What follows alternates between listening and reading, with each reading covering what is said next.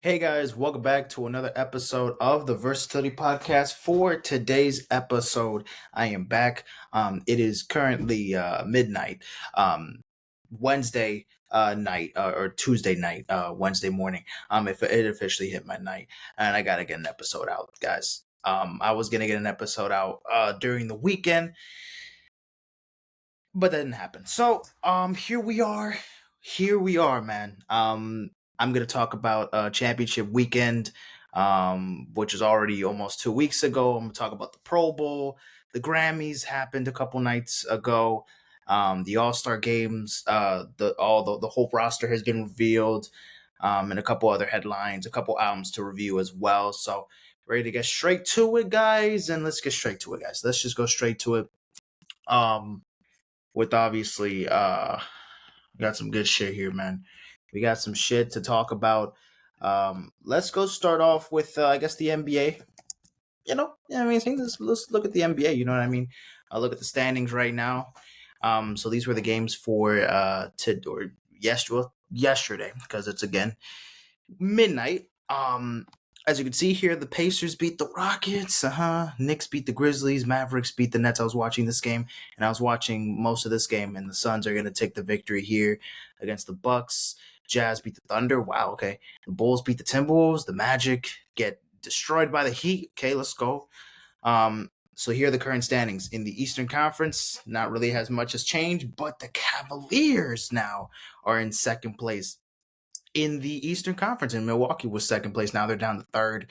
The Knicks are in fourth right now. They were on a 9-game winning streak, but they lost, I believe, to the Lakers a couple nights ago.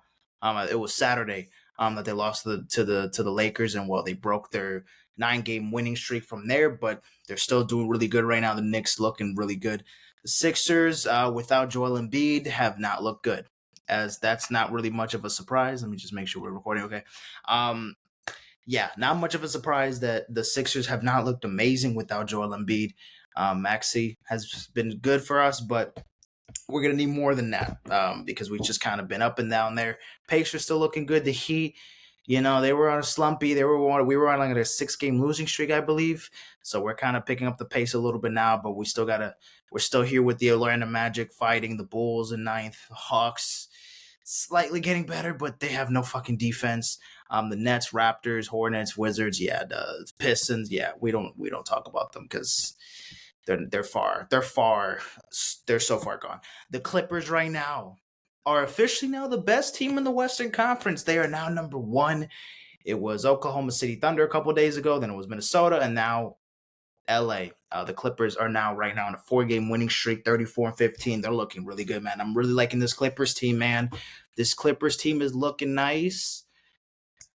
I want that translation in the playoffs. I hope this the Clippers team can make it far in the postseason. When we get to May, and hey, we'll see if we see them in June. So we'll see. Thunder, of course, tied with the Timberwolves again, second and third place. The Nuggets, same there. I mean, the Nuggets, the Nuggets, they're the reigning defending champions. No one's touching them right now. The Kings right now looking good. The Suns looking really good. The Pelicans have been a lot better as of recently. The Mavericks have been playing a lot better. The Lakers have been a lot better this past week. They were slumping, and they're still a pretty mediocre team. They had a big win against Boston, just like I think last week. In Boston without LeBron and AD, and Austin Reeves had like 30-some points, and he went crazy. Got a big win there. They beat the Knicks, who were scorching hot in Madison Square Garden. That was with AD and with LeBron. But they've been getting some good wins. So as you can see here, yeah, they beat the Clippers. They beat the Lakers in Boston. They beat the Celtics in Boston, guys. Clearly, I'm not functioning properly right now. They beat the Celtics in Boston. They beat the Knicks in New York, and then they beat the Hornets in Charlotte. And then tomorrow they got a game against the Nuggets at home. Then they're going to play against the Pelicans, and then everybody can just rest their starters for this one because there's no need to play LeBron or AD in this one because the Pistons are going to get butt rammed. But yeah, the Lakers slightly improving a little bit, but they got to make some trades in the trade deadline. I believe it's going to be, is it like tomorrow or is it Friday? I believe it's either tomorrow or Friday. Again, it's Wednesday now, guys. It's not Tuesday anymore. So yeah, I believe it's tomorrow or Friday, the trade deadline. So it's coming up very, very soon. The Jazz, they're standing on business. They're just around there, staying in for. They have quite a couple game advantage. I mean, they have a 1.5 game advantage lead against the Warriors. It's looking rough for the Warriors, man. Steph Curry, I don't know if he could do this carry job once again, man. I really don't know if he could do this, dude. It feels like nobody. Kaminga has had some good games. Wiggins, just not really doing much. Klay Thompson, man, I hate to say it, man. He just hasn't been the same. He's not been the same. Klay Thompson's not that. At this point, do we even call him a splash brother anymore? It's just kind of disrespectful at this point. It's not looking good for the Warriors right now. Steph Curry's just been. Yeah, he's been have to carrying this team all season long so far. The Rockets, not that great, but they have some good players. They're a young team. They'll get there at some point. Same with the Grizzlies. Without John Morant, they have not looked amazing. Again, they have good players, that can have good games at any given point, but not playoff, worthy at the moment. Same with the Blazers, same with the Spurs. So that is that with the NBA current standings. So Wednesday's games, we got a couple. We got the Spurs Heat. We got Warriors Sixers. I believe this is going to be on ESPN. This one's going to be fire. And then what was the Clippers game again? Who against who? The Pelicans. So yeah, we got some pretty interesting games for today. Now let's check college basketball. So there's a couple games going on right now. So these were the games that happened on Tuesday. So whoa, UNC lost to Clemson. Oh shit, that's an upset. 80-76. Damn, at the Chapel Hill. Damn, third best team in the country, North Carolina. They lose to Clemson. In North Carolina at home. Damn, I did not see that game. Shit. So they're gonna be like maybe 4 or 5 in the rankings starting next week. They're gonna lower it down slightly. Right there. Houston got a big win because they lost to Kansas, I believe, the game prior. South Carolina, right now in the 15. Dayton in the 18th spot. Texas, they lose to Iowa State. New Mexico hovering around here. Kentucky wins huge against Vanderbilt. UConn is still the best team in college basketball right now with the best record. I mean, what the fuck? You got to beat the champs. No one is taking down UConn at the moment. Nevada just defeated Utah State in an upset right here. And then San Diego State is taking care of business against Air Force. And then today's game, we got the Iron Bowl of basketball. We got Alabama, Auburn. We got LSU, Tennessee, Creighton, Providence, Wisconsin, Michigan, and then Notre Dame, Duke. I might see this one and then this one. Maybe I'll see the Notre Dame Duke game later.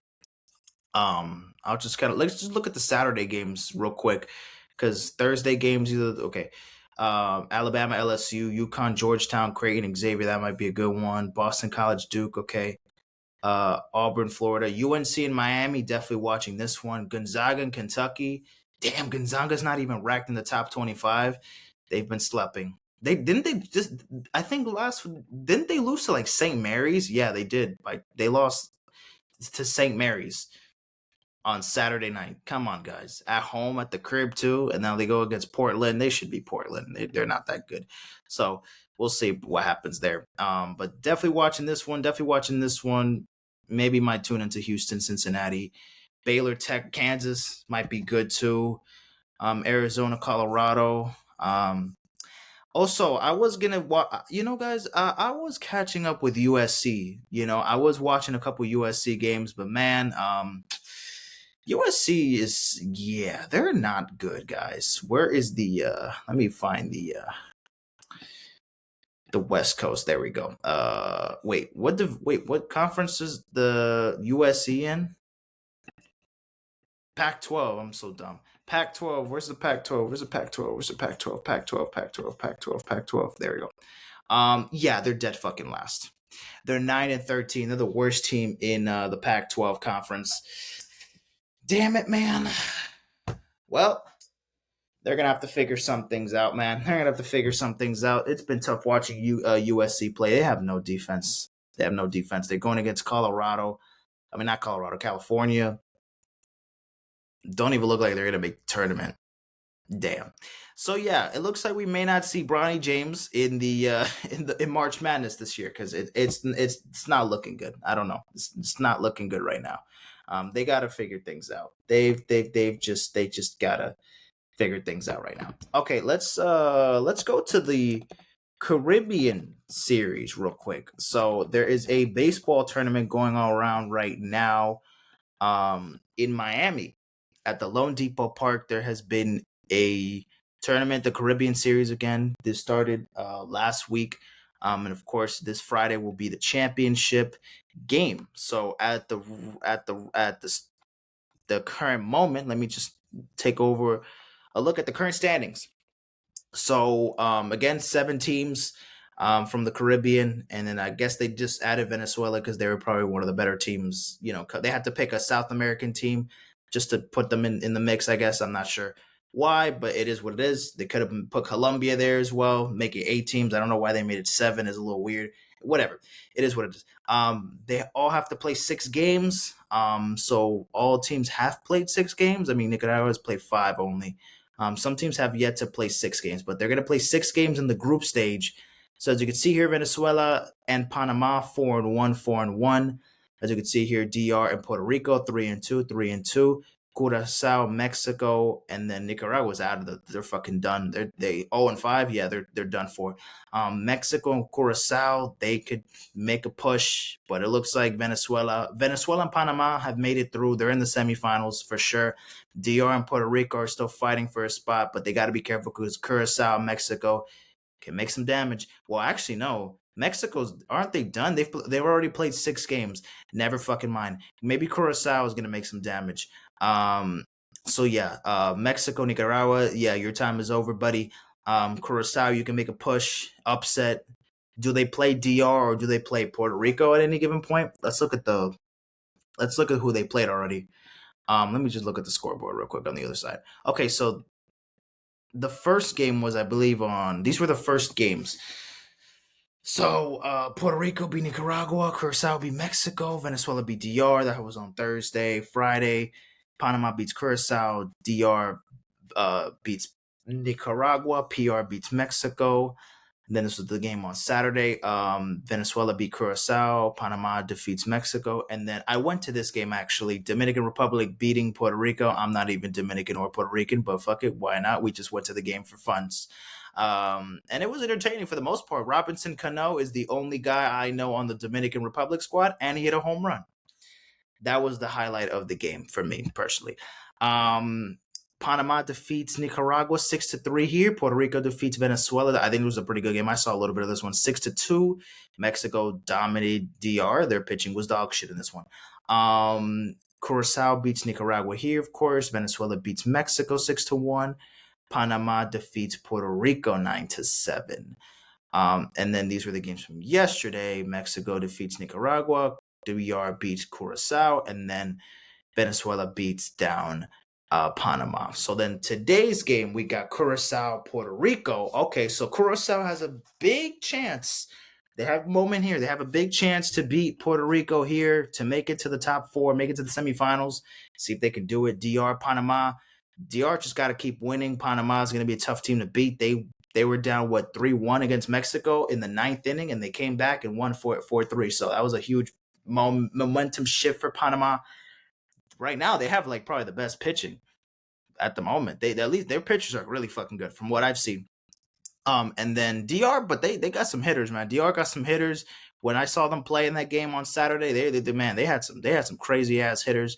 I didn't know their names, so I mean that's not here or there, but they're crazy. They have some pretty good hitters as well. And then Nicaragua, Venezuela. Who the fuck is gonna watch this? Come on, Venezuela wipes. And then Thursday will be the 2 semifinal games, and then Friday will be the 3rd place game, and then the championship at 8 p.m. on Friday night. So that will be that. This is the only baseball going on right now. I mean, spring training is gonna be starting in the next month. We're back to baseball season, guys. I mean, even my brother is going back to playing baseball in a couple weeks. So you know what I mean. The baseball season is back. Football season is ending after this Sunday. Back to back to baseball, back to basketball. You know what I mean? So it's going to be a tough transition. I cannot believe there won't be any football for a while. Fucking hell. After the Super Bowl, I get a little bit of depression. Even though, yeah, I do watch other sports besides football, I could only imagine for only the fans who only watch like NFL and they don't watch any other sport. Because I gotta stay engaged with other shit. There's no way I can't just like not stop watching football and then just not watch any other sports after after that. Come on now. All right, let me get to other headlines before I get to talk about anything else football related. Let's look at the NBA All-Star game reserves because they already listed the reserves and the entire roster is complete. Let's just look at the rosters. Let's just look at the rosters. NBA SGA rosters. For 2025 or 2024, excuse me. So this is for the Eastern Conference. So these are the reserves for the Eastern Conference. We got Bam Adebayo, we got Paolo Banchero, we got Jaylen Brown, Jalen Brunson, Tyrese Maxey, Donovan Mitchell, and Julius Randle. So again, these are not these are the reserves, not the starters. So again, obviously, like fucking Tatum, Giannis, and Embiid, they're all fucking starters, obviously. So that's that. And for the Western Conference, that's insane. Devin Booker is a reserve. Steph Curry is a reserve. That doesn't even sound right. Steph Curry as a reserve, it just sounds ridiculous. Anthony Davis, Anthony Edwards, Paul George, and Kawhi Leonard even as a reserve sounds weird to me. And Karl Anthony Towns are the reserves. So Julius Randle is out with an injury, so Scotty Barnes will replace Julius Randle in the All-Star game, and then Joel Embiid, who also tore his meniscus, and he's going to be out for at least the next month and a half. Obviously, he's going to be missing out the All-Star game, and Trae Young, as you can see here, Trae Young is going to be the replacement for Joel Embiid. I don't know exact since he's a starter, they might push one of the reserves here as a starter. I don't know exactly who they're going to put. I mean, most likely they're going to put the Bam Adebayo because the for the power forward position. Maybe we'll have to wait and see what they're going to do exactly with the last reserve. But at the moment, Joel Embiid is being replaced by Trae Young, and then Julius Randle is being replaced by Scotty Barnes. We'll see if there's any other reserves or any other All-Star games. Not any All-Star games, other replacements that could happen if there's in case any other injuries to these All-Star players. Again, not hoping much. But congrats to Scotty Barnes. Congrats to Trae Young because they made it. I mean, they were snubbed from the reserves list, but then, Joel Embiid and Julius Randle got hurt. So here they are to come and replace them for the All-Star game. And let's talk about Joel Embiid just quickly, man. We're really fucked. He's going to be out for the next month. His MVP season is over because he needed to play 65 games to at least be qualified for MVP conversations. And of course, he's going to be out for the next 4 weeks. And he's already missed like 10 to like 13 games already. So yeah, he's probably gonna miss like half the entire season at this point. It's not looking great. It's not looking great for the Sixers. What are we going to do for the next month without Joel Embiid? Are we going to look any better after All-Star break? We need Embiid. Like, at least in the regular season, this man will absolutely light it up. We will see otherwise in the postseason. You guys know how I think about Embiid. Like, when it's time to step up, he has not proven that. And this season, again, with injuries, it's just going to look even more unlikely. Tyrese Maxey might have some crazy games. He had a crazy game against the Jazz like a couple days ago. The February 1st, he had 51 points. So, I mean, Tyrese Maxey is going to have, some crazy ass games as well. Tobias Harris might have some good games as well. But the Sixers, man, they need Embiid. He is the anchor for that team. So it's going to be tough without Embiid for the next month. So that's going to be that. Let's talk about music related stuff before we get to the Grammys. Okay, so the Big as the What tour, the Drake and J. Cole tour officially kicked off in January. But They started I believe, in Tampa. They had 2 shows in Tampa already, but they had a couple already in. Yeah, so they had in Denver, San Antonio, Oklahoma City, New Orleans, Tampa, and then of course, Drake is gonna be performing at Nashville for Thursday and Wednesday and Thursday. So it's gonna be interesting there. He is coming here to Miami or Sunrise, which not a little dry from Miami, but it's not that far. In March, I'm still planning to get tickets there to see Drake. March, so I'm hoping I can still have a chance. But again, it's a little weird because I check on SeatGeek and like basically the tickets are like reserved until the date of the concert because they're like resale tickets. So I have to get it the day of the website or I have to get it in person or some shit. I don't know. That's really fucking weird, in my opinion. I don't know I don't know what I'm gonna do with that, but we'll see. Maybe I won't fucking see Drake. We'll have to talk about that maybe later. So yeah, Drake officially kicked off the second half of the tour with J. Cole. The set list. Let me show you guys the set list. This is what really convinced me. I really got to go see this fucking show because he could always add some more shit here. The set list. This is the set list here. Wait, I have a better picture of it. There's like a better picture of it somewhere here. It was one that was like here. This one. As you can see here, this is the set list for the tour. For at least this is what it is at the moment. So we got trophies. We got Virginia Beach, Marvin's Room, Jungle, headlines. Started from the bottom. Know Yourself. Like these are some bangers, man. Daylight is, cool. Sicko Mode, Child's Play. Cameras is amazing. I don't know. Damn, that's so fucking crazy. Find Your Love, Passion Through Work. Gently can get the fuck out of that. I don't. Why is Gently here? Please remove it. Hold On, I'm Going Home, and then J. Cole gets to perform Evil Ways, Tales Two Cities, Get the Fuck Out My Dick, The London, A Lot, The Secret Recipe, No Role Models, Wet Dreams, and then they do In the First Person Shooter and In the Morning together.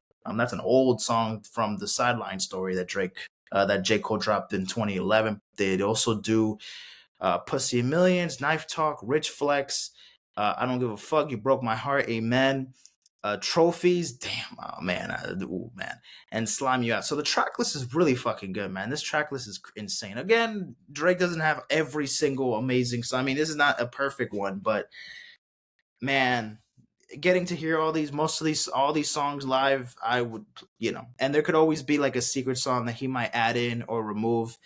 He could remove Gently though. I don't need Gently in the fucking in on the set list. I really don't, but it's looking good. Speaking of Drake for today, so I didn't expect Drake today to be trending on Twitter for a leaked video apparently of him showing his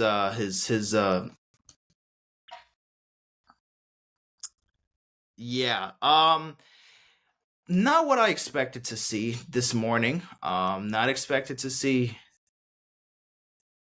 that ever in my life. At this point, I don't know if it's real or not. I really can't tell. The video, if you have seen it, it's on Twitter or whatever. Unfortunately, curiosity can really kill you sometimes. Well, fortunately, I did have a good chance of not seeing it, but it was very, very tough because, again, I go on Twitter, biggest regret ever, to see why Drake is trending. And well, just you happen to I just click on the I click on any tweet or any headline specifying, oh, Drake got this video of him slapping his shit. So um I'm like, okay, what the fuck? I'm scrolling down a couple just to see like people's reaction to it, but I ain't trying to see the goddamn video. And then I scroll down, and the second fucking comment I see is somebody posting the video. And well, unfortunately, there's the time where I got to see the thing. And look, no homo here. This man really does have everything. That's all I'm going to say. This man really does have everything. Drake cannot ask for a better life. If you couldn't, if you think the money, the fame, the recognition, the awards, the accolades, the fucking the legacy, the music, the catalog, the singing, the rapping, the acting, even the humor, the sense of humor, the personality that Drake provide, everything that Drake has provided in this world. And then we never get to see, or we never, usually get to hear about this in general. We just happen to think, okay, all of that is nice and all, but for some reason, the tipping point of all of that, and the reason why it makes the most sense why he got all of this, he is the Renaissance man. He got everything you could ask for in life. Just to put the crip of the cream on the top, or the cherry on top, to round out everything. To round out everything that this man has, he's also packing. He's also packing down there. So that's the whole conclusion. Um, yeah, dude. It's different when a guy gets his nudes leaked than a girl. Usually I don't want to set the standard like, oh, like people are glorifying it because his shit is crazy. But at the same time, I'm like, first of all, this is not something that I've been intrigued, or at least I'm not like, I've mentioned it because, well, unfortunately, I didn't expect this to happen, and also second, I didn't really need to know all about this. But guess what? That was that. That scared me a bit. I did not really need to see that at all. But it's I guess now I know that Drake really does have everything, and even the things that I didn't need to know that he did have. Now I know that he got it, and it makes a lot more sense now. So that's all I gotta say. That is that. Drake, you lucky bastard. Um, Nothing really much is gonna happen here, but hey, good for you, man. Good for you. Let's talk about this weird moment. Adin Ross. Y'all remember Adin Ross? He's a Twitch streamer, or he was a Twitch streamer. Now he streams on Kick. So let's backtrack here. On Sunday night, he was streaming on Kick, and he was trying to get Playboi Carti. He was trying to get Playboi Carti on his stream. He was waiting Sunday night for him to pull up on stream. Apparently, Adin Ross offered Playboi Carti $2 million and a Ferrari, brand new Ferrari, for Playboi Carti to show up in his stream for for at least like an hour or whatever, 10 minutes, exactly however long he paid him to come to come stream, to come and visit and talk to the fans and this and that and be in his stream. 2 million and a Ferrari. I go on the stream because I'm like, okay, well, I mean, Adin has, he's pulled rappers before. He's done Uzi, Soldier Boy, DDG. I mean, Yachty, 21 Savage, like just literally like days before the stream against the stream with Carti. So I'm like, okay, I think this can happen. Carti on the stream with Adin Ross. Oh shit, people are gonna tap in. I'm gonna tap in. I don't even be watching Adin Ross's streams, but you know what? I'm tapping in. If Carti's gonna show up, Carti's gonna show up. But then I realized, wait a minute. Let me stop being fucking delusional real quick, because we're talking about fucking Playboi Carti here. The man who, look, unfortunately, I am gonna just bring up all the shitty things that he's done, because that kind of just adds on to what I'm gonna get to in a second. But why do a lot of people have confidence that this man was gonna bring any kind of entertainment to the stream? First of all, this motherfucker left before he even got on stream. And apparently Adin Ross was like, he was mad that he was like, bro, I'm offering you 2 million, a Ferrari, and you're not even gonna come to stream for, like, you're not even gonna come to the stream just to talk for a little bit. You're gonna disappoint all my fans. You're gonna disappoint your fans. It's like, what the fuck? This is all a setup. People think I'm joking, that people don't think that Carti is gonna be on my stream. People are calling me cap. Eventually, after 7 million years of waiting, after multiple conversations, after convincing Carti to finally join the goddamn stream, him and his entourage, the white, the UK white dude that be like screaming and is announcing his new singles that he'd be on like on Instagram and stuff. Um, his photographer and then some random ass girl in the in his protege or in his not protege, what is it called, entourage, that's what it's called. His entourage, his little team meets up with Adin, and then eventually they come to the stream, and then Carti eventually, after 7 million years of waiting, he finally shows up to the live stream, and he's there for 10 minutes, and it was the most awkward and very weird vibing stream you would see. Basically, for the 10 minutes he was there, they were playing what, Hood by Air, 24, and then Evil Jordan. They were just playing his music. They were kind of dancing. He was just vibing to his own music. You know what I mean? That's it. That was it. They weren't really talking. Adin tried to ask him a couple questions. There was a moment where he asked him like, "Oh, so how was the Grammys?" Like, motherfucker didn't even answer his question. You couldn't even hear Playboi Carti because he just like he had to get up on the mic and get so close to the camera so you can hear him speak, because he was just saying this and that. And all he said, he was super fucking quiet. He barely even said anything. He was just on the mic saying, I thank you. I thank you for the hospitality, Adin. Thank you for inviting me here. I love you guys. Love you guys. Thank you so much. I appreciate it, y'all. And then Adin just asked some more questions. I think he asked him like, "Oh, when's the album coming out or something?" Or like, how is the album? Like, how are you feeling about the album?" Very good, very good. My best work, my best work. Gonna be amazing. And then he just says, "Nah, I'm out of here. I'm gonna get the fuck out of here. That's it." For 10 minutes, all of that just appears to happen, and it just is the most awkward shit ever. Look, man, Carti, look. I'm gonna be honest with y'all. I hate this fucking like dude's like brand, like his aesthetic, or like not his aesthetic. I like his aesthetic, his fashion. I think is dope. I think he has certain things that play off really cool. But there's a vibe with Playboi Carti that I don't like. And part of it is that mysterious like mystique that he has to him. That he's a very mysterious person. He doesn't do interviews. He doesn't do that and this and that. Which again, he's not forced to be fucking doing interviews for every single or album he drops.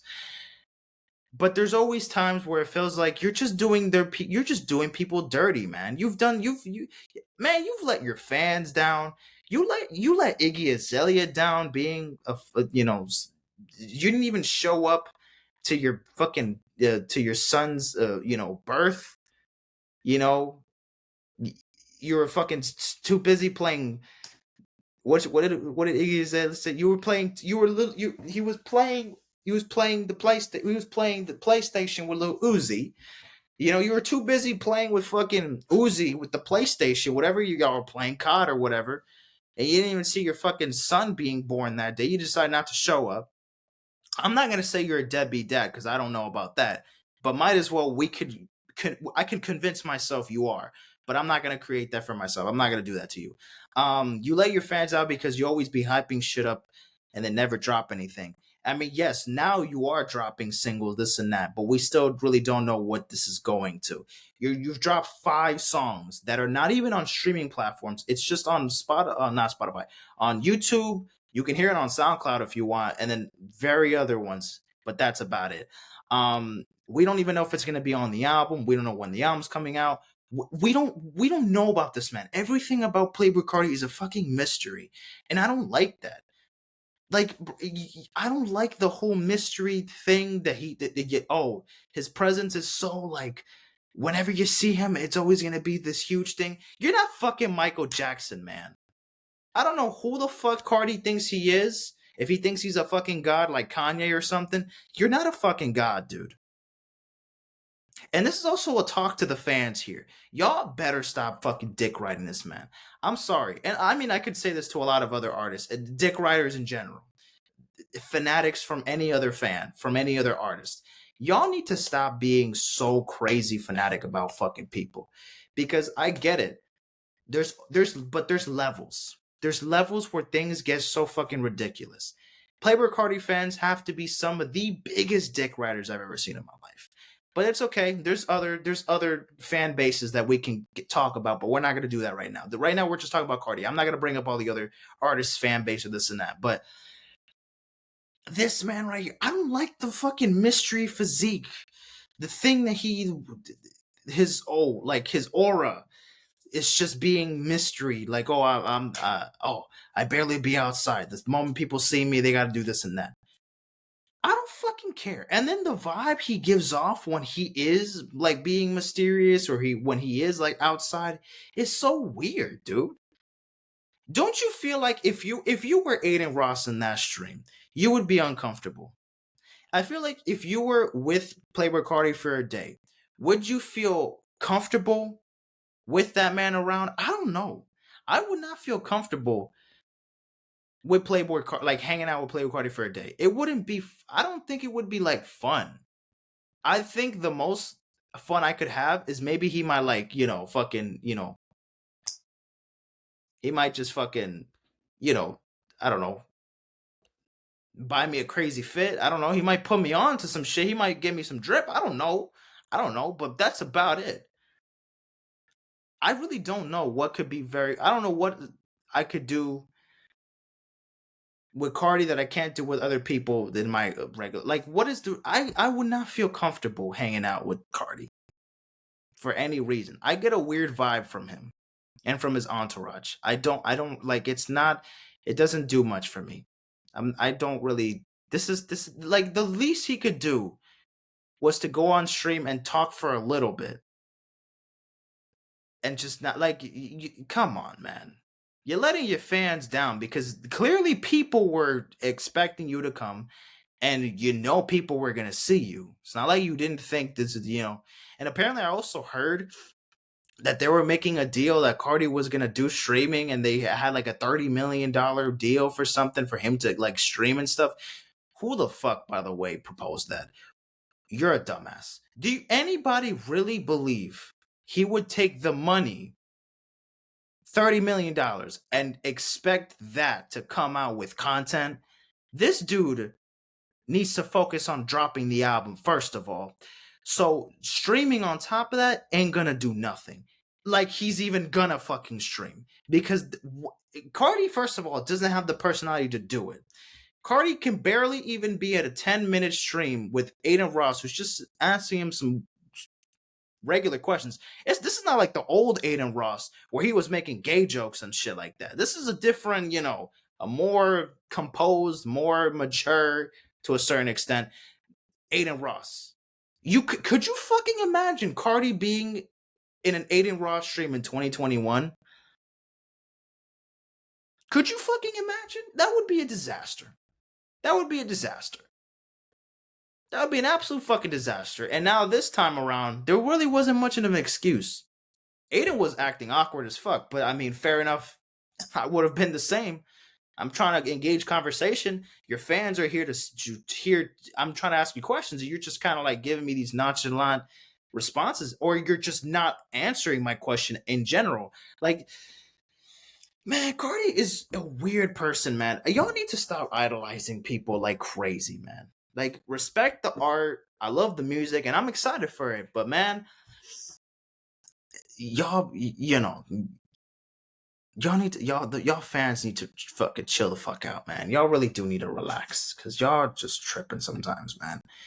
Lord have fucking mercy. All right. Speaking of tripping every single year, we're gonna talk about the Grammys.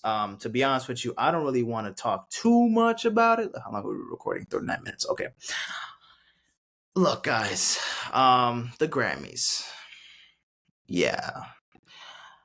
Let's just look at the list and shit like that. All right. So, best pop solo performance. It went to Flowers by Miley Cyrus. Okay. I mean, I thought Vampire was gonna win it, or Billie Eilish's song, but hey, whatever. Best Musica Urbana album went to Karol G. No surprise there. No. Best R&B song, SZA with Snooze. I fuck with that one a lot. So I fuck with it. I love it. I love it. I love it. Best pop vocal album went to Midnights by Taylor Swift. No surprise there. I would have personally picked Guts, but that's not here or there. Song of the year went to What Was I Made For? I'm not crazy on this song, but the song is very good vocally. She killed it. But it's not like a song I really listen to that much. I thought it would have been Vampire, maybe even Antihero, and maybe even Kill Bill. Kill Bill could have won this one too. A really good song here. Best new artist went to Victoria Monet, which it's not like it's really not shocking to me. I'm not really mad at this one. I know a lot of people expected Ice Spice to win, but to be honest, I'm very happy for Victoria Monet. Her album Jaguar was pretty good, which also won Best R&B album, by the way. We'll probably get to it in a second, but yeah, congrats to Victoria Monet. It wasn't like it was my second option. I still thought Ice Spice was gonna win it just because the influence is there, and the Ice Spice is the bigger name, right? But yeah, they actually gave it to Victoria Monet. You know what? Small little W for the Grammys on this one.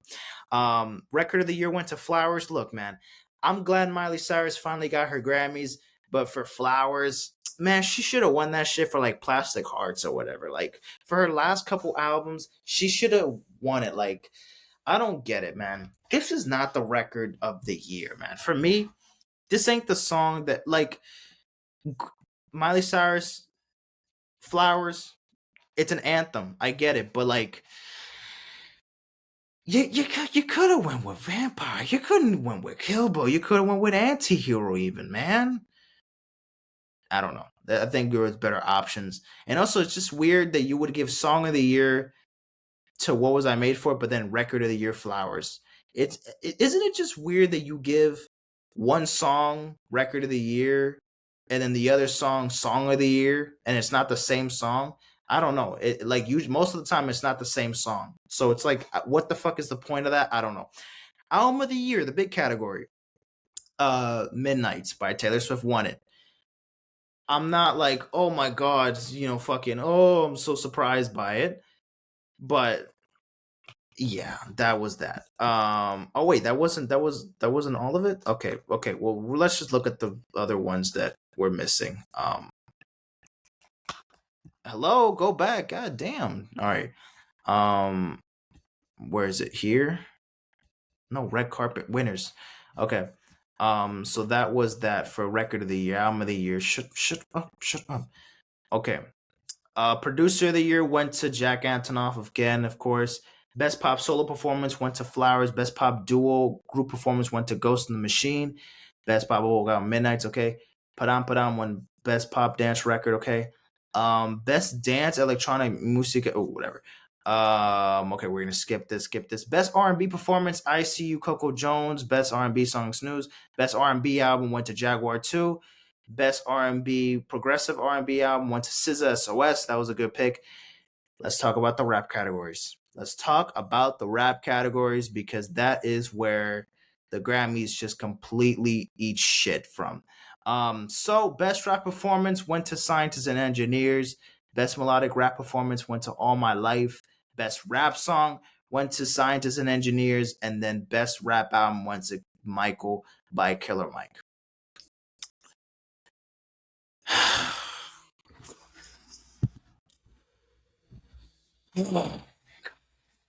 mean, I mean, goodness, man.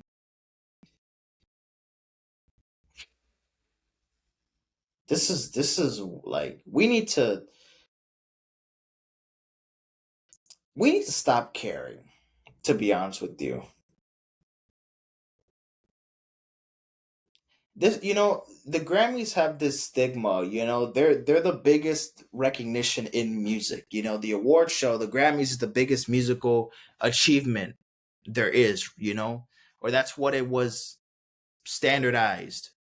For there's awards and football, basketball, but at the end of the day, you want to win the trophy. You want to win the championship. You want to win the fucking Super Bowl. You want to win the Larry O'Brien trophy. You want to win the Stanley Cup. You want to win the FIFA World Cup. You know what I mean? For a musician, the Grammys is the biggest award that anyone could like look at and be like, you got a Grammy, you are recognized as a true talent, and that you have something more than a lot of other artists have. And that gives you some like power, and that gives you some, crazy recognition, and it could put you on the map even too. But man, has that value of a Grammy has lost so much of it that at this point, me, myself, and I, and a bunch of other people should just not get too frustrated or get too caught up with voting for for their favorite artist to win it all the time, or for them to win it in general. Because again, you having a Grammy could do so much, but that does not fucking mean that you are on top of the world, or that just because you got 1 or 2 or 15 fucking Grammys, your recognition is better than everybody else's. Because in the end of the day, Tupac, Jay-Z, what are the difference between Tupac and Jay-Z when it comes to Grammys? Tupac has won 0. Jay-Z has won 24 of them. Does that mean Jay-Z it automatically wipes Tupac as the best rapper of all time? Some people can argue that. Fair enough. But guess what? What about the other side? The motherfucker that has 0 Grammys also has the influence, also has done everything in the music industry to become that artist that he ended up being. So much so that he unfortunately passed away in his prime, and maybe even he fucking was. Maybe Tupac wasn't even in his goddamn prime. Let's just say he was, to make it sound cooler. He died in his fucking prime. When he just came out of jail and he dropped All Eyes on Me, who was a bigger rapper than Tupac at the time? Who was the most recognizable? Who was the most talked about? Who was the guy who was bringing all the recognition to rap? And a lot of people had to respect it, and the people who didn't disrespect it, well, fuck them. Well, fuck them. That was why. And then Biggie, again, same thing. Brought the recognition. Quality albums, 0 Grammys.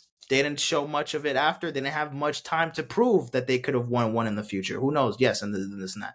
But just because Tupac has 0 Grammys and Jay-Z has 24 of them does not mean that Jay-Z objectively has everything more than Tupac has ever done. Because, first of all, obviously, Jay-Z has had an entire fucking career off to build off of that. And he made his legacy stand.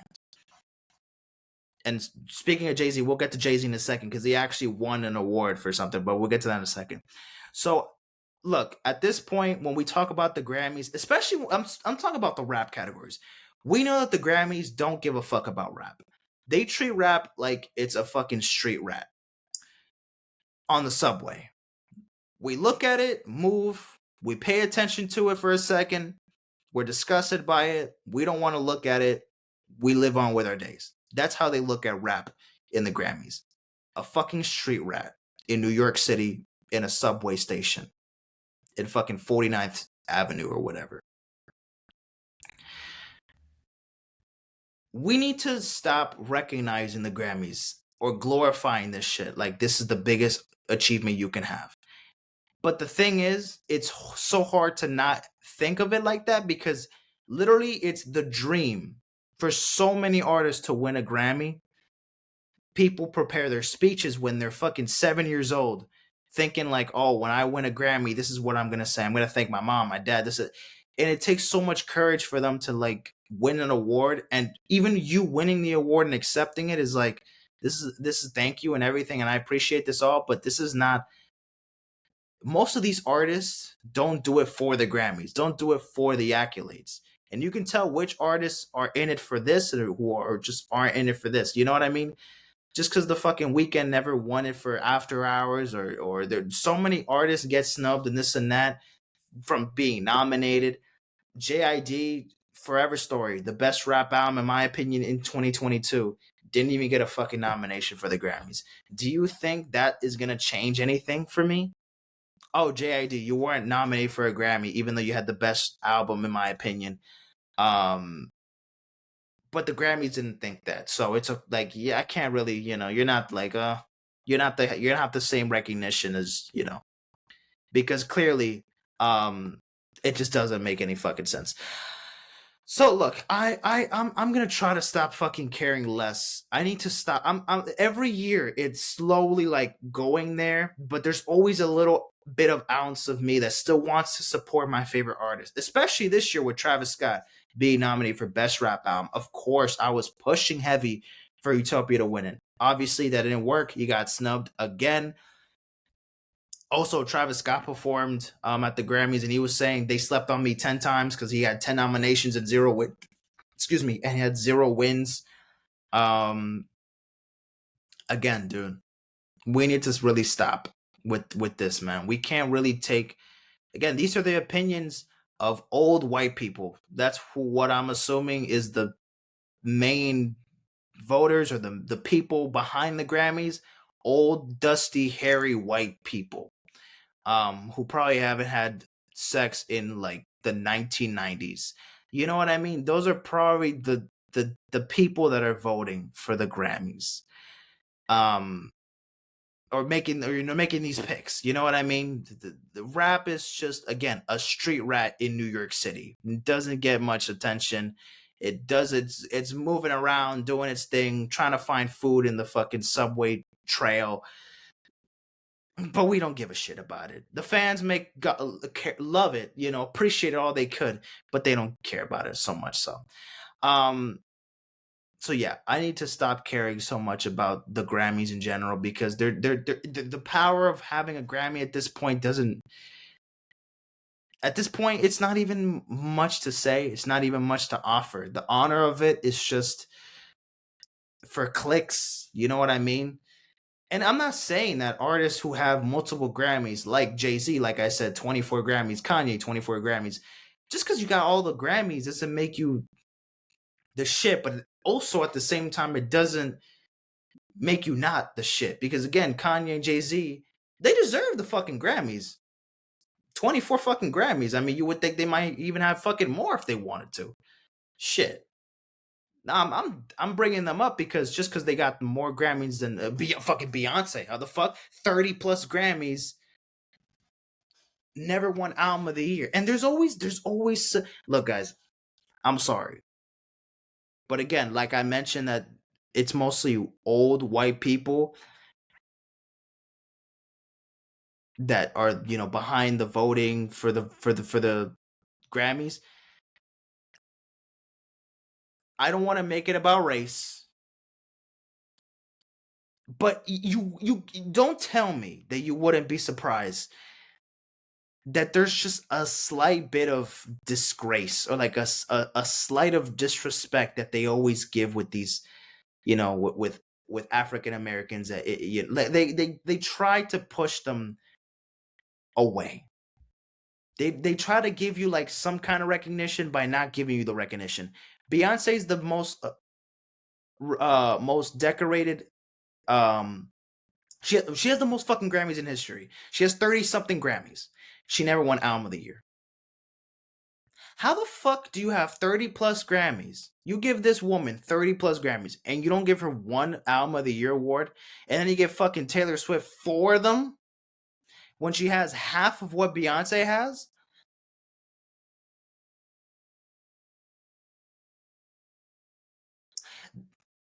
Honestly, white women might be the most powerful race, or any kind of human being there is on planet Earth. I think white women, literally, if the world was ruled by white women, the world could be a very scary place. I love white women. No disrespect to y'all. I'm just saying y'all probably have the most fucking power out of any minority, majority. Y'all probably have more fucking power than aliens. Like, white women stay fucking on business. They have the. If you Taylor fucking Swift, if she decides to run for president, do you fucking think she may not have a chance to be the fucking president? To become the first female president in history? If she just fucking decided, fuck it, why not? Why not? Let me just fuck around. Or you know what? Fuck it. I'm gonna run a campaign. Fuck it. Maybe let's go. Let's run for president. You think I got a chance? You think I got a chance? You don't think she'll fucking win it? You don't think she has a fucking chance? You get out of your fucking mind. Get out of your fucking mind. Get out of your fucking mind. And look, man. I say this. I don't want to be just. I'm not trying to disrespect anybody. I'm not saying white women are powerful and that they're fucking Jesus or reincarnated or that they're fucking unstoppable. I just think that they have a higher power or a higher voice than others. And I'm just speaking the truth to certain parts. That's all I'm gonna say. And that's why Taylor Swift is the biggest fucking artist in the world. Because that is her fucking audience right there. A bunch of other white women that will do anything to make sure that fucking woman gets everything in life. And it's a little weird. You know, at certain points, it gets really fucking weird. It gets really fucking weird. And again, that goes for other artists too. Whether they're white or not, that doesn't matter in general. But I'm just pointing out that. All right, I'm going on a fucking tangent, man. At this point, I'm going all over the place, man. Also, Jay-Z called out the Grammys, like I mentioned, because Beyonce, again, his fucking wife, um, again, 30 plus Grammys she has and never won album of the year. And then Taylor Swift has like what, 14, 15 Grammys. Still amazing accomplishment still, but got 4 album of the year wins. She beat Kendrick Lamar for To Pimp a Butterfly with 1989. I love 1989. That's a Taylor Swift album that I could die with. That one I could take it with me. But it fucking beat out To Pimp a Butterfly. Are you fucking serious? It beat out To Pimp a fucking Butterfly. Really? Again, there's always something that stands out. Astroworld gets snubbed out because of fucking invasion of privacy over Astroworld. The Heist over Good Kid Mad City. Nothing Was the Same. Yeezus. Born Sinner. John Batiste winning Album of the Year 2 years ago. Which I don't even know if you niggas even knew what the fuck he was. Who never even heard his music before. I don't know. Oh, and also to mention the Killer Mike. Congrats, man. You won your 3 Grammys. Congratulations. He's a legend. You know what I mean? I don't really know much about Killer Mike. I don't gun on top of your head, name 5 Killer Mike songs. I get it. Y'all are mad that Travis Scott didn't win. Same here. I'm on the same fucking boat. But let's relax. We take it too far too. Y'all making memes because y'all don't know a fucking Killer Mike song, but y'all don't want to give credit where credit's due. This man's a legend in hip hop, whether you don't fucking know his name or not. He's a duo he's one of the duos for Run DMC, Run the Jewels. You know, a legendary duo, producer / rapper, you know, duo in hip hop. And they had a great run with their 4 Run the Jewel projects, and they've brought a lot to hip hop. And it's honestly been passed through that Killer Mike have won a Grammy. So respect to him and congratulations to him. Nothing personal against Killer Mike. And Santas and Engineers is a great song. For best rap song, I think it's very good pick. And best rap performance, fuck it, I'll take it there as well. Again, do I think it was best rap album of the year? Do I think it was better than Utopia? No. But again, that's my opinion. This is a white woman, most likely, a white man's opinion, And even if it was a black man's opinion, that doesn't mean that we're gonna fucking automatically, assume that Utopia would have won it. Like that, it doesn't matter. It's a subjective game. You gotta pick or choose. Someone's gonna get snubbed. Someone's gonna lose. Someone's gonna bitch and cry. Someone's gonna, this and that. That's the way it is, right? So that's why we should just stop caring less. And I'm talking to myself too. We should just stop caring less about this shit. We should really just kind of stop with it because it gets too much at a certain point. But yeah,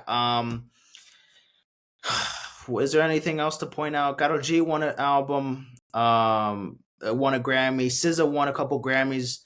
So congrats to SZA. Victoria Monet won a couple Grammys. Congrats to Taylor Swift. Jay-Z won the Dr. Dre honorary award. So congratulations to Jay-Z for that.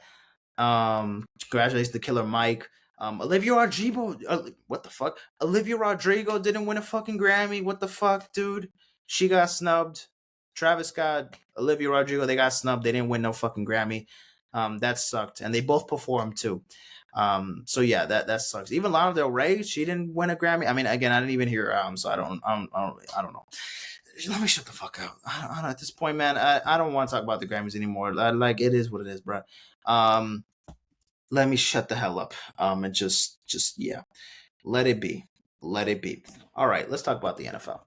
Recapping the championship games really quickly, because I mean it's already kind of old news at this point. Let's talk about the AFC Championship game real quick. Ravens, Chiefs.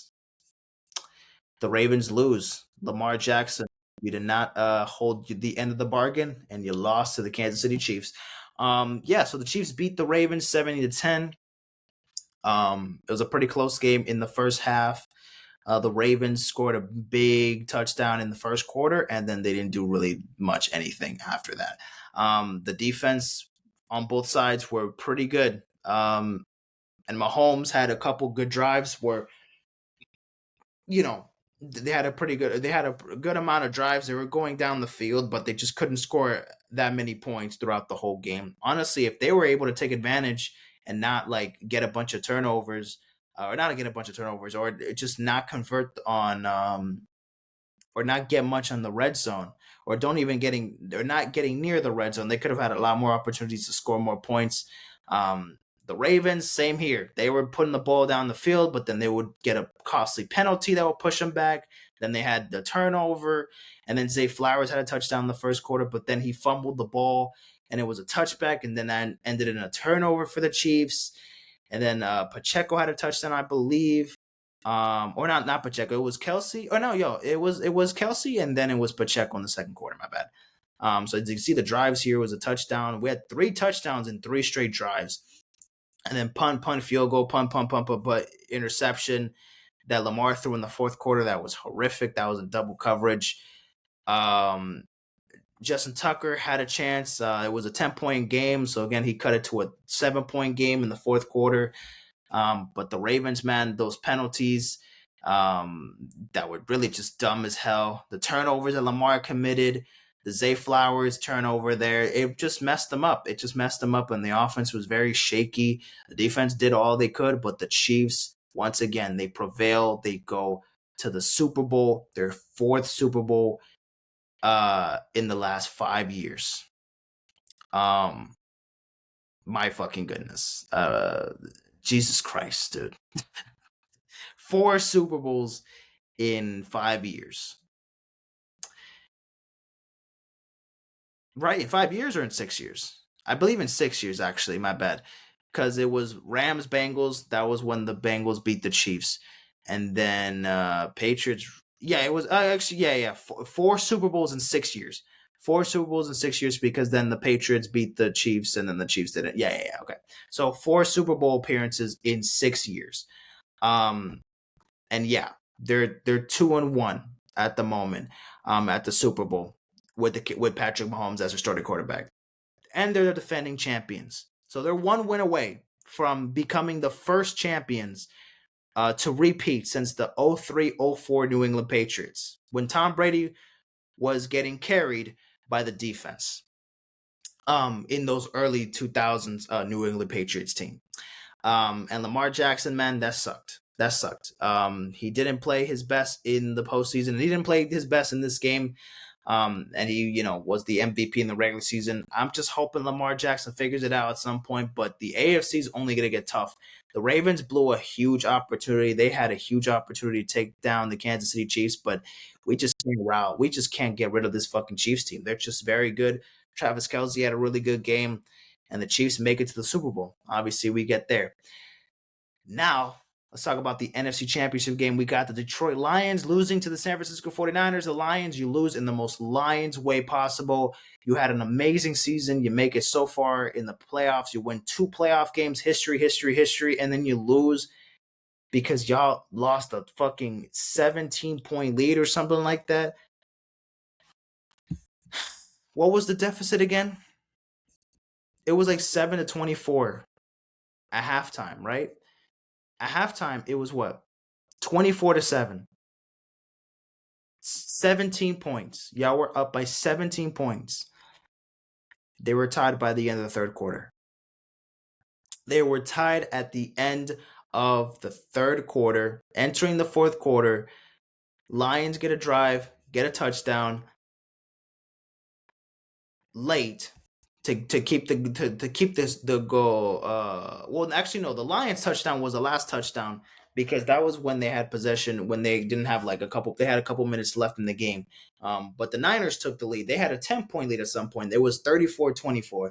Then the Lions score a touchdown to give some hope, but then they fail in the end of the day. And then a bunch of turnovers for the Detroit Lions. It looked very sloppy, and they blew a 17-point lead at halftime. What the fuck, Detroit? I mean, y'all, come on, man. Come on now. In San Francisco, Brock Purdy looked good. The offense looked incredible, and the defense in the second half played a lot better. Second half defense, y'all fucking step the fuck up. So that was that. This is not the Super Bowl that a lot of people wanted, but here we go. Here we go. Before we get to Super Bowl, let me talk about the Pro Bowl. I actually haven't seen the games and stuff like that. I just saw like the dodgeball, not the dodgeball. I saw the flag football, like the event, but I didn't see like all the other like events and stuff. Who won the shit though? Let me see who won it. Like, uh, who won it though? Watch live. No, but like who won it though? I'm trying to see the results. Why does it? Man, whatever, man. Whatever, dude. The NFC won the Pro Bowl games, guys. Just go watch it on YouTube. The shit is there. Did people even watch this shit? I don't. Y'all probably didn't even watch the goddamn Pro Bowl. What am I even talking about? The fuck am I even talking about? Y'all didn't even see the Pro Bowl. Who gives a shit? Anyways, Super Bowl preview, ladies and gentlemen. San Francisco 49ers, Kansas City Chiefs, beginning of 2020. We had the same Super Bowl and we had the same election. What the fuck? Yep. So it looks like we're gonna repeat 2020 all over again, and it's a leap year. Just like it was in 2020. What the fuck is going on? Anyways, Niners Chiefs is your 2023-2024 NFL Super Bowl. This is the last game of the season, ladies and gentlemen. The last pick that I'm going to have for this season, for the NFL season. This NFL season flew by quickly. My goodness, it flew by fucking quickly. Jesus. Like, what the fuck happened? We made it here. Brock Purdy, Patrick Mahomes, Travis Kelce, George Kittle, Deebo Samuel, Brandon Ayuk,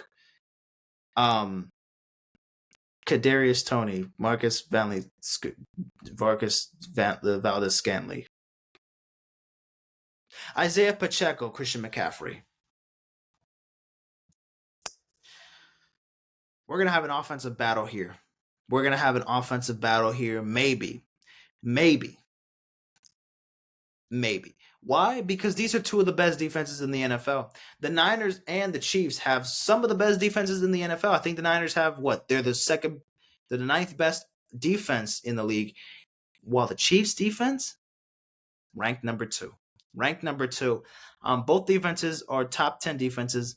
I'm not expecting like the highest scoring game, kind of like last year. It was 38-35, I believe. So it was a high scoring Super Bowl last year. I don't know if it's going to be as high scoring this year, but yeah. This is going to be that. This is going to be a pretty big Super Bowl, guys. I know people, I'm not watching this shit. I didn't even know. Oh, it's a setup, man. I don't want to see the Niners win. Oh, I don't want to see Taylor Swift Super Bowl, the Senate in Vegas. Y'all gonna watch it. Y'all, what the fuck are y'all talking about? Y'all gonna watch it. What else are you guys gonna do Sunday night? This is the last game of the season. There won't be any football until fucking August. The preseason. Unless you're gonna watch the UFL, unless you're gonna watch spring football. Oh, I'll get to the let's just get that out of the way before we get back to the Super Bowl picks. UFL schedule just came out. Literally, I was looking at it today. So the UFL again merged the USFL and then the the USFL and the XFL merged UFL. So these are going to be the schedule. So as you can see here, this is going to be the schedule. A little confusing here, but yes, this is the schedule here for all 8 teams. So again, every team plays 10 games, and the season's going to be from late March to May. So June will be the playoffs. So June will be like the playoffs for the UFL. So we will have football in the spring. So if you want to watch spring football, boom, this is your go-to. This is your escape. In the summer, we will have other events to watch. We got the Olympics in the summer. We got Copa America. We got some big shit in the summer. I'm not gonna lie. Summer this year for sports looks like it's gonna be huge. Like I mentioned, Copa America, soccer, the Olympics, huge, humongous. Um, basketball, the NBA Finals, the Wimbledon. There's gonna be some huge events in the summer, so can't wait for that. But this is the schedule for the UFL. Anyways, let's get to the Super Bowl preview. Back to it again. So yeah, I'm going with the Kansas City Chiefs. I've had enough. I'm not gonna doubt Patrick Mahomes again. I thought they were gonna lose to the Bills at first, but then I was like, nah, I think Mahomes got it. And well, I was right in the end. But then I really thought Lamar Jackson. Was going to take down this Kansas City Chiefs team. I thought the Ravens had it this year, and they fucking disappointed me. But the Chiefs, this is the moment right here. Mahomes, you're already being put in those GOAT conversations with Tom Brady, and you might be fucking sick and tired of it, or you may be like, well, I'm not even close, or this and that. Whatever you may think, that might be true. You still have a long way to go to even catch up to Tom Brady, but this is gonna be a huge game for your career, a huge game for a lot of people on the team. Um, but the Niners, they have a huge chance offensively to break down, defensively to break down Kansas City Chiefs offense, because again, the offense has looked a lot better in the postseason than it has looked in the regular season. I mean, Marcus Valdes-Scantling was catching passes. Kadarius Toney has not been a factor, so he hasn't been able to fuck up or do anything to cost his team at all. Sky Moore is non-existent at this point. Fucking Pacheco has been great. Rashid Rice has been phenomenal as well. So the offense could definitely have a good moment and have a good game as well. And same with the Niners. I mean, McCaffrey, literally MVP candidate at the moment, could win it if not Lamar Jackson doesn't take it. And it should be very interesting to see what could happen here. I'm going to go with the Chiefs, though. I think their defense has got them here. I think this is going to be the definition of defense wins championships, because even with an offense that was suffering in the regular season, when you have an elite quarterback and when you have an offense that was at least stepping up or playing at the right time, and then you have literally the second best defense in the NFL that has really been able to put you all season long in games that you shouldn't have won. The games that you did lose in the regular season, the defense even played good in most of those games. So defense all around has been the biggest anchor for this team. So I think the Chiefs have the better chance. Again, the Niners have offensive power, and again, their defense is not no fucking, they're not no scrubs either. There's some ballers on the defense. But all season long, I've seen the Chiefs pull through that momentum. They have the experience there. And the Niners, they have to prove to me first, can you fucking finally get it together? Because again, the Niners, they make it to the Super Bowl, they make it to the NFC Championship game, but y'all still haven't won it since 1995. Y'all still haven't won it since y'all beat the Bengals, I believe, in the Super Bowl, right? Yeah, or the Chargers. This was the last time y'all won the Super Bowl in 1994, 1995, I believe, right? Wait, what about 96? Was it the Cowboys in 96? It was the Cowboys in 96. So yeah, like 1995, we're talking shit about the Cowboys who haven't won it in 1990 since 1996. The Niners haven't won it since 1995. So y'all have to prove to me y'all got to get it done. If the Niners beat the Kansas City Chiefs with Brock Purdy as their quarterback, the biggest fucking underdog story that is very reminiscent of Tom Brady, because he was getting carried by the defense for a majority of the season, even though the offense was still, up to par. He has weapons, or Brock Purdy wasn't the biggest reason why the Niners are successful. Look, guys, I've had my fair share of like criticism on Brock Purdy. I just don't think he is a game changer quarterback. But my fucking goodness, Brock Purdy is not a fucking scrub. That man is a good fucking quarterback. And he definitely has the potential to become an elite quarterback very, very, very soon. His story is well enough documented. We know that he's Mr. Irrelevant, the last pick in the draft. Nobody gave him a chance. The Niners were so fucking lucky to scrape him off the surface. He was the last little fucking dot that they could have found in the draft. Nobody thought this man would have to face Patrick Mahomes in the Super Bowl and be the starting quarterback for the San Francisco 49ers, for one of the most historic franchises in all of football, in all of the NFL's history. This man right here has a chance to make fucking history, to win their first Super Bowl since 1995, finally get over the hump. Kyle Shanahan finally wins a Super Bowl. And, they finally can get the job done and do something else. I wouldn't mind the Niners win it. It would be a great underdog story for the for Brock Purdy. It would be a huge reason. And look, there's still, even if the Niners win, there's still going to be people on Brock Purdy's head. Oh, but you're not the reason why they won it. The defense won it. Even if fucking Brock Purdy threw for 4 touchdowns, they're still going to fucking hate Brock Purdy. Look, do you play your best football? You're going to have a great game. But holy shit, you're playing against an elite defense. So it's going to be a lot tougher than expected to just mess around here. The Lions defense, very iffy.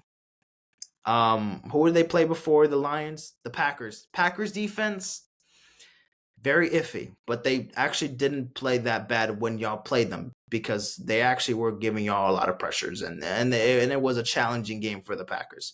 Or for the Niners. The Packers did challenge y'all and almost fucking send y'all home, which is insane. But I mean, you're here obviously, so that's irrelevant at the moment. But that's that. That is that. I still think Kansas City has the advantage here. I'm gonna go with Kansas City. I think they're gonna win another Super Bowl. Patrick Mahomes gets his 3rd Super Bowl. Kelsey wins his 3rd Super Bowl. And they officially cement themselves as a dynasty in the NFL. 6 straight AFC title games, 4 Super Bowl appearances in 6 seasons, and 3 Super Bowl wins. Holy shit, man.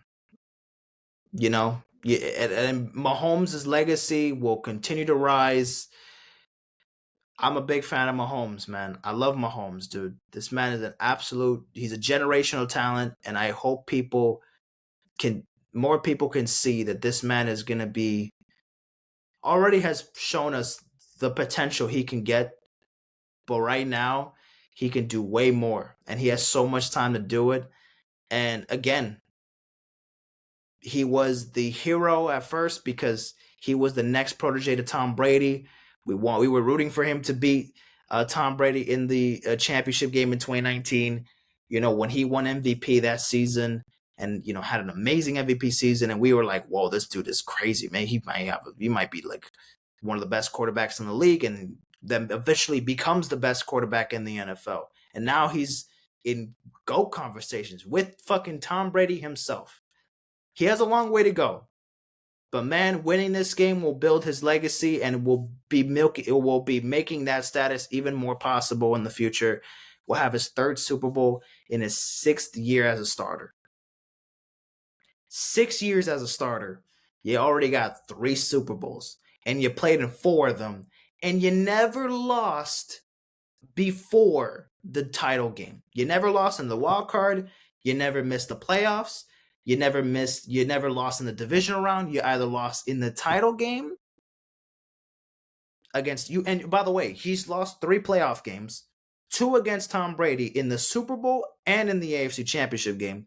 And then the other was against Joe Burrow and the Bengals in overtime.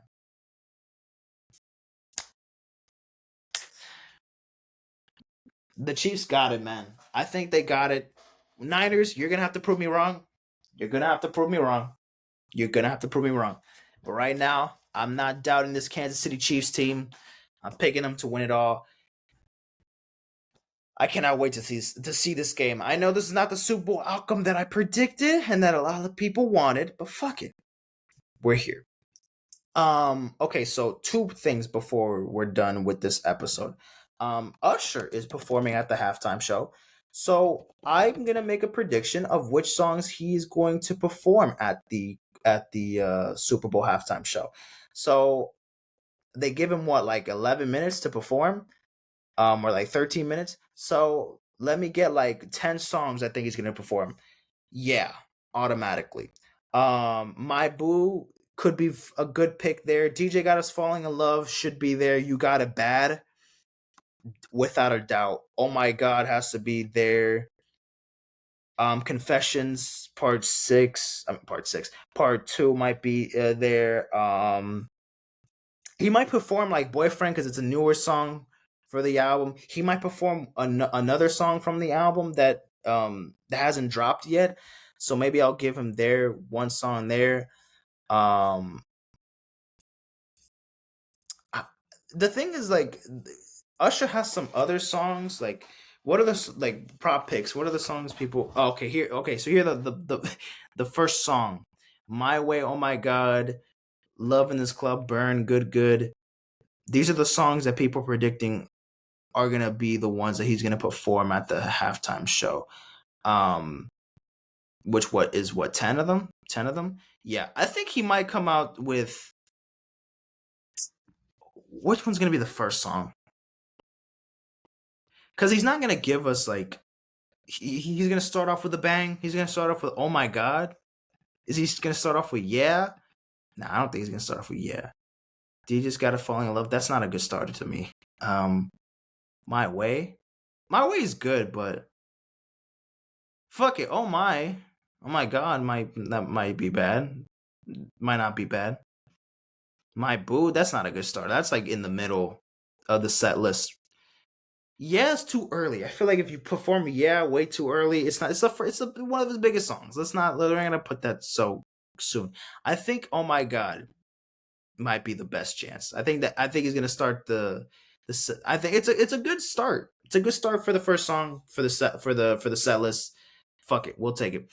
Yeah, I'm gonna say "Oh My God" is gonna be the first song that Usher is gonna perform at the Grammys. At the Super Bowl halftime show, special guests who will show up with Usher. Are there gonna be any special guests? They got fucking Nicki Minaj, will.i.am, Pitbull, Justin Bieber, Alicia Keys. I don't think they're gonna do My Boo. I'm sorry. Honestly, I don't think Usher's gonna bring any special guests. I will be surprised if Usher does any special guests. Sorry, I think Usher is gonna do this solo, right, and solo dolo. He's doing the solo dolo. Oh My God is gonna be the first song that he's gonna perform, and he might close it out with My Boo, maybe. Or maybe he might do "Yeah." Maybe after that, maybe he might do that. Hey daddy. Hey daddy. I don't know if he's gonna perform that song either. We'll see about that. All right, finally, to end things off. What the fuck? To end things off with the episode, we're gonna talk about American Dream, 21 Savage's new album. That came out a couple weeks ago, and I have yet to review it. So here we go. Let's talk about it. 21 Savage. Here we go with American Dream. I've been bumping this album. It's been pretty good in my rotation right now. But let's talk about it. American Dream. This is like his 4th studio album, I believe. 15 songs, 49 minutes long track list. So let's go track by track. Which ones I fuck with, which ones I'm not crazy on. So American Dream is just a regular song, just like an introductory song. All on Me, amazing production. Love this one. This is one of the best songs on the album. Red Rum, absolute banger. There's a music video to it. Fire. Love the soul sample behind it. Amazing. NHIE, this one's featuring Doja Cat. This one's a pretty slept on song. I fuck with it. It's vibey, it's catchy. I think this song was gonna be on Scarlet off of Doja Cat's last album, but then it made it to this one. This one's pretty good. Sneaky is a banger. I fuck with that one. Pop Your Shit with Young Thug and Metro was also good. Letter to My Brother was also pretty good and underrated. Dangerous, man, with a little Durk and Metro on the beat. This one's a nah. This one's a banger. This one's a banger. Nina, Travis Scott, Metro, fucking booming, man. Oh my goodness, Nina is insane. Did y'all hear that Travis Scott verse? Did y'all hear that Travis Scott verse? Did y'all hear Travis absolutely spin? Did y'all see Travis Scott do that shit? I did. Man, Travis was fucking feasting on that bitch. Holy shit, he was going crazy. So yeah, Travis Scott was going absolutely crazy on Nina. See the Real was pretty solid. And then Prove It with Summer Walker was okay. You should have wore a bonnet with Brent Fires solid. I like that one too. Just like me, I'm not crazy on that song with Burna Boy and Metro. Not crazy on that one. Red Sky, I love the beat drop and everything, and it's pretty good with Tommy Newport and Mickey Aiko, I believe.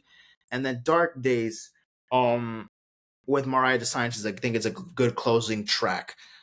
This is a consistent track list.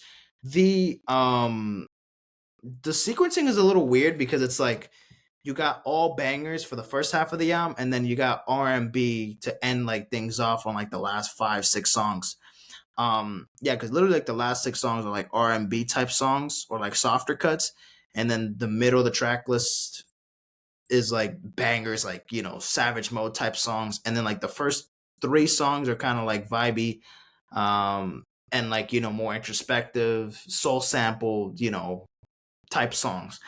So those are like that's like the sequencing is a little weird on that, but I mean, it's not bad. It's a good consistent listen. Honestly, the skips here are really just like me, and maybe See the Real and American Dream because it's not really even a song. So that's what 12 songs that I'm taking away out of 15. I fuck with it, man. It's a good listen for the most part, man. It's consistent. There's bangers on here. I'm definitely, man. Nina has been on my rotation for a little bit. I think it's like number 1 right now on my repeat.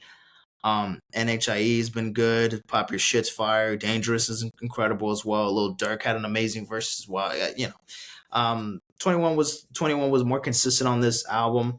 With the verses, I think he had a pretty good standout verses a lot on this project. Some of the hooks here, some of the catchiest hooks. He's dropped in a couple in a little while. I don't think this is his best album, but this is a standout for sure. This is definitely not his worst solo studio album. Definitely not. This is definitely up there. Pretty consistent track list. I fuck with it.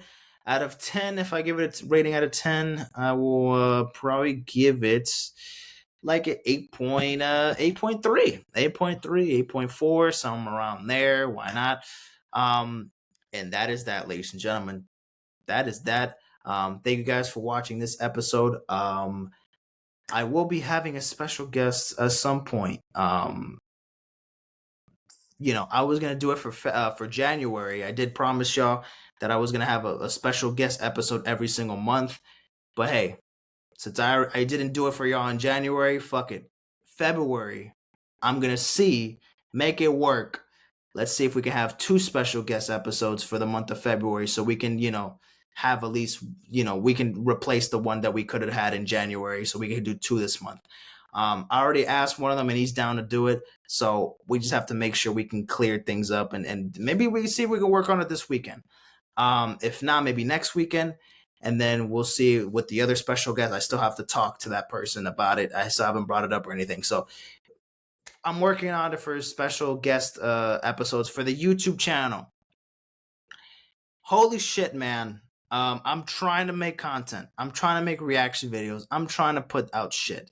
But my goodness, it is difficult to find certain things to work because some things work and some things don't work. When the audio is not, when the audio is fucking up or the video is not showing with the audio, there's always something fucking up. So I'm gonna like really try to find OBS and really know how to use all that shit. So see if I could start using that for like my reaction videos on YouTube, because I use this for the podcast and I use this also to do the album reaction videos. And there was another website that I was using to do the reaction videos for the album reactions that I did for last year, like the one for Scarlet, for all the dogs, for Utopia. I used another website. I didn't use Riverside. I didn't use this website. I used another website to do the reaction videos. And now it's like I can't do the same thing that I was able to do last year. These updates just kind of make things a lot more difficult. This website, though, this one works fine. It's been good for me, but to make reaction videos, it has been a little tough because I have to figure other things out. OBS is like the best fucking solution that I got, but I just have to work with it a little bit. I still need to know how to make things happen. So once I get there, once I watch enough YouTube videos, once I get to fucking learn how to use that shit as much as I can, then we'll get a lot more consistent reaction videos, especially like album reactions, maybe music video reactions. Because bro, there's a bunch of music videos that like have dropped months ago or weeks ago, and that like I just have them there on my watch later, and I want to watch them as soon as possible. But fucking something has to pop up. Something gotta go. Something is not going right. Something this and that. So yeah, sorry that I'm like rambling and stuff. I'm just being honest with y'all. I know I'm trying to put out content enough. I will at some point. Same on TikTok as well. I'm gonna be more consistent on there. Try to put more content soon. I think I'm gonna make like a list of what I could do for the month. Some other ideas to do since football is gonna be done. There's gonna be probably more time for me to do episodes and involve other things around there. So that is that. But I will see you guys in a bit. Take care. See you guys in a bit. Take care. And I'm out. Peace out.